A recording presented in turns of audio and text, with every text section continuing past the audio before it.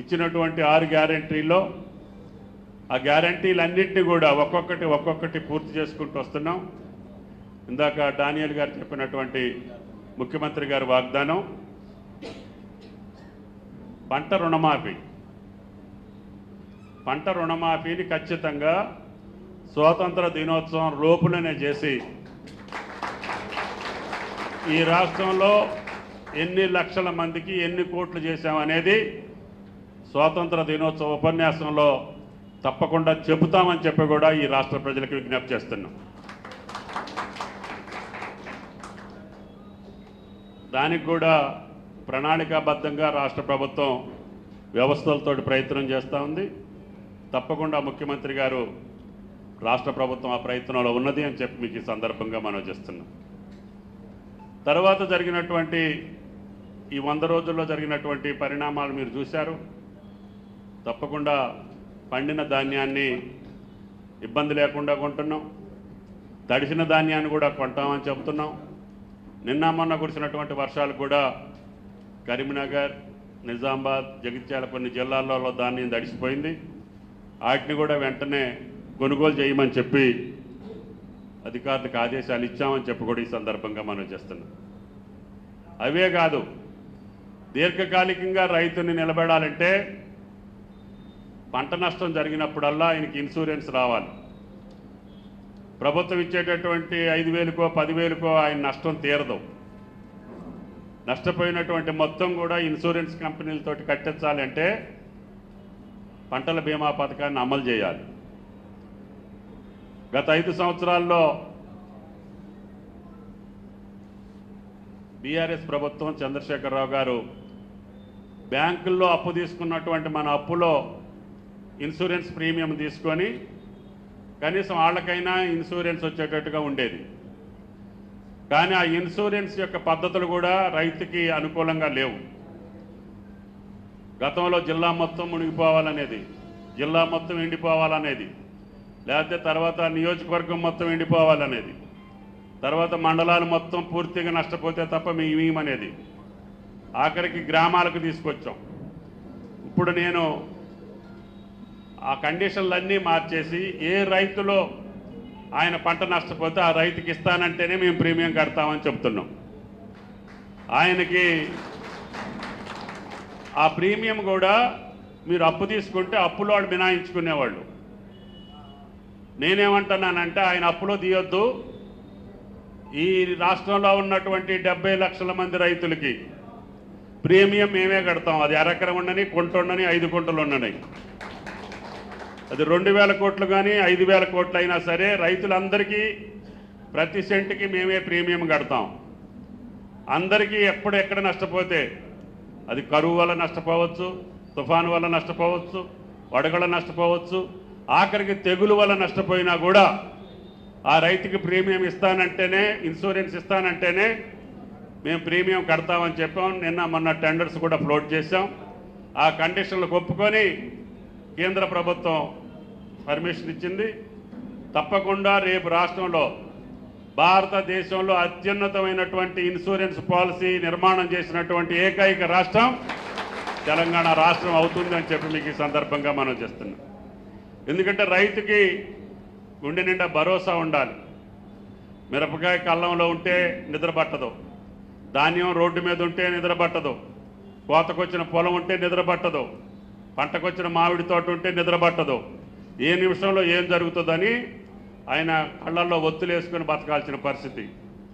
కానీ మంచి ఇన్సూరెన్స్ పథకాలు ఉంటే సరే, కాలం కలిసి రాకపోయినా నాకు ఈ ప్రభుత్వం ఇచ్చేటటువంటి ఇన్సూరెన్స్ పథకం ఉంది అనే భరోసాతోటి రైతు సుభిక్షంగా నిద్రపోవాలని చెప్పి కూడా మీకు ఈ సందర్భంగా మనం చేస్తున్నాం. అందుకని ఈ పథకాన్ని ఎన్ని కోట్లైనా సరే ప్రభుత్వమే భరాయించి ఈ రైతాంగానికి మేలు చేయాలనేది రేవంత్ రెడ్డి గారి ప్రభుత్వం యొక్క ఆలోచన. దానికి కేబినెట్ కూడా ఆమోదం చేసింది. ఈ నెలలోనే దాన్ని పూర్తి చేసి రేపు జూన్ నెల నుంచి ఏది జరిగినా కూడా ప్రభుత్వానికి, ఇన్సూరెన్స్ కంపెనీలది బాధ్యత అని చెప్పి మీకు ఈ సందర్భంగా మనం చేస్తున్నాం. అదేవిధంగా నల్లమల గారు చెప్పారు, రైతు బంధు మనం ఇంకా రైతు భరోసా మొదలు పెట్టాల. ఎందుకంటే మొన్న పెట్టింది ఓటాన్ అకౌంట్ బడ్జెట్. అది ఫుల్ బడ్జెట్ కాదు, కొద్ది నెలలకే పెట్టాము. అది కేంద్ర ప్రభుత్వం కూడా ఎన్నికలు వస్తున్నాయి కాబట్టి ఓటాని అకౌంట్ బడ్జెట్ పెట్టాం. బడ్జెట్ ఎప్పుడు కూడా మార్చిలో పెట్టాలి, కానీ మన ఎన్నికలు నవంబర్ డిసెంబర్లో జరిగినాయి కాబట్టి ఓటాని అకౌంటే పెట్టే పరిస్థితి వచ్చింది. రేపు జూన్లో ఎన్నికలు అయిపోయిన తర్వాత పూర్తి స్థాయి బడ్జెట్కి మనం వెళ్తాం. అప్పుడు రైతు భరోసా 15,000 చెప్పాం, 15,000 ఇస్తామని చెప్పి కూడా మీకు ఈ సందర్భంగా మనం చేస్తున్నాం. అదేవిధంగా వరంగల్ డిక్లరేషన్లో ఏమైతే రాహుల్ గాంధీ గారు చెప్పారో, ఖర్గే గారు అనౌన్స్ చేశారో, ఆ పథకాలకి అమలు చేయడానికి తప్పకుండా ఈ ప్రభుత్వం ప్రయత్నం చేస్తుంది. రైతుకు సంబంధించినటువంటి అంశాలన్నీ పెండింగ్లో ఉన్నాయి కాబట్టి దయచేసి ఈ రాష్ట్ర ప్రభుత్వం రైతు సెంట్రిక్గా పోతుంది. ఇది రైతు ప్రభుత్వం, రైతును నిలబెట్టేటటువంటి ప్రభుత్వం. కేవలం ఆథరైజ్డ్ కంపెనీల దగ్గరే విత్తనాలు కొనాలి, ఆ కొన్న రిసీట్ కూడా మీ దగ్గర పెట్టుకోవాలి. అది ఉంటేనే ఒకవేళ ఏ కారణంతో పదులు లేకపోయినా అదులు లేకపోయినా లేకపోతే నకిలీ విత్తనమైనా ఆ విత్తనం ఏదైనా తప్పున్నా మీకు ఏదైనా కాంపెన్సేషన్ రావాలంటే, ఇన్సూరెన్స్ రావాలంటే మీకు ఆథరైజ్డ్ డీలర్ ఉండాలి, రిసీట్ ఉండాలి. మనకు దొరకట్లేదు కదా అని ఎక్కడో చాట ఎవరో ఒకటి అమ్మింది తీసుకొచ్చి పెట్టుకుంటే అది నష్టపోవటమే కాకుండా దానివల్ల మీకు ఫలితాలు కూడా రావు, ప్రభుత్వం కూడా చేయగలిగేది ఉండదు. నేను అన్ని విత్తన కంపెనీలకు కూడా ఆదేశాలు ఇచ్చాను. ఎట్టి పరిస్థితుల్లో విత్తనం గిల నష్టపోతే పూర్తి పంట కూడా మీరు ఇవ్వాల్సి ఉంటుంది, లేకపోతే మీకు తగిన శిక్ష పడుతుందని చెప్పి కూడా కంపెనీలకు చెప్పానని చెప్పి కూడా విజ్ఞప్తి చేస్తున్నాను. మన జాగ్రత్తలు మనం తీసుకోవాలి, ప్రభుత్వం తీసుకునే చర్యలు ప్రభుత్వం తీసుకుంటుంది. విత్తనంలోనే తప్పు అయిపోతే ఆ రైతు తెములుకోలేడు. ఆయన పంట నష్టపోతే మళ్ళీ ఆయన జీవితకాలం అంతా నష్టపోద్ది. కాబట్టి మనం ఎంచుకునేటప్పుడే మంచి విత్తనం, మంచి కంపెనీ, మంచి వంగడాన్ని లేకుండా వ్యవసాయానికి వెళ్ళకూడదు అని చెప్పి మీకు ఈ సందర్భంగా మనం చేస్తున్నాం. కాబట్టి దయచేసి ఈ ప్రభుత్వం తీసుకోవాల్సినటువంటి చర్యలకు అనుగుణంగా రైతులందరినీ కూడా మనం సమాయత్తం చేసుకోవాలి. ఈ పథకాలన్నీ కూడా గతంలో ఇచ్చినటువంటి సబ్సిడీలు కానీ, ఇన్పుట్ సబ్సిడీ కానీ లేదు, ఆఖరికి పచ్చి రొట్ట విత్తనాలు తెచ్చిన దగ్గర కూడా అప్పు పెట్టి వెళ్ళిండు కేసీఆర్ గారు. ఈ ఫర్టిలైజర్కి సంబంధించి కూడా ఏ కొరత లేకుండా ఈ రాష్ట్రానికి సంబంధించినటువంటి ఫర్టిలైజర్స్ ఇప్పటికే డిపాజిట్ చేసి పెట్టాం. అది డిఏపి కావచ్చు, కాంప్లెక్స్ కావచ్చు, యూరియా కావచ్చు. ఎరువుల దగ్గర ఎక్కడా కూడా లోటు రావద్దు. నా రైతు చెప్పులు ఇడిసి కొట్టు దగ్గర నుంచోవటానికి, క్యూలో నుంచోవటానికి వీలు లేదు అని చెప్పా.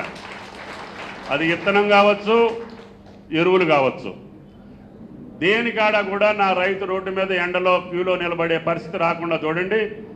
కంపెనీలందరికీ కూడా మా రాష్ట్రం ఫుల్ఫిల్ చేసిన తర్వాతనే, తెలంగాణ రాష్ట్రంలో సరిపోని విత్తనాలు ఇచ్చిన తర్వాత, సరిపోని ఎరువులు సప్లై చేసిన తర్వాతనే బయట రాష్ట్రాల సంగతి చూడండి తప్ప తెలంగాణలో ఏ మాత్రం ఎప్పుడూ లోటు వస్తే అది మీదే బాధ్యత అని చెప్పి ప్రభుత్వ పరంగా హెచ్చరిక చేశామని చెప్పి కూడా ఈ సందర్భంగా మనం చేస్తున్నాం. గోదావరి జలాలు ఖమ్మం 10 లక్షల ఎకరాలకి నీళ్లు ఇవ్వటమే నా రాజకీయ లక్ష్యం అని చెప్పి 100 సార్లు చెప్పాను. దానికోసం ఆ రోజు దుమ్మగూడంగా మొదలుపెట్టాం. నీళ్ళు ఇస్తే రైతులు ఇంత ఆపరా గాబరా పడాల్సిన పని లేదు. ఆయన బతుకుతాడు. మీరు తద్దిమాయి అన్నీ ఇచ్చే బదులు ఒక నీళ్ళు ఇచ్చి చూడండి, ఆయన అన్నీ మీకు ఇస్తాడు. మీ ఎలక్షన్ కూడా కొద్ది సందా కూడా ఇస్తాడు.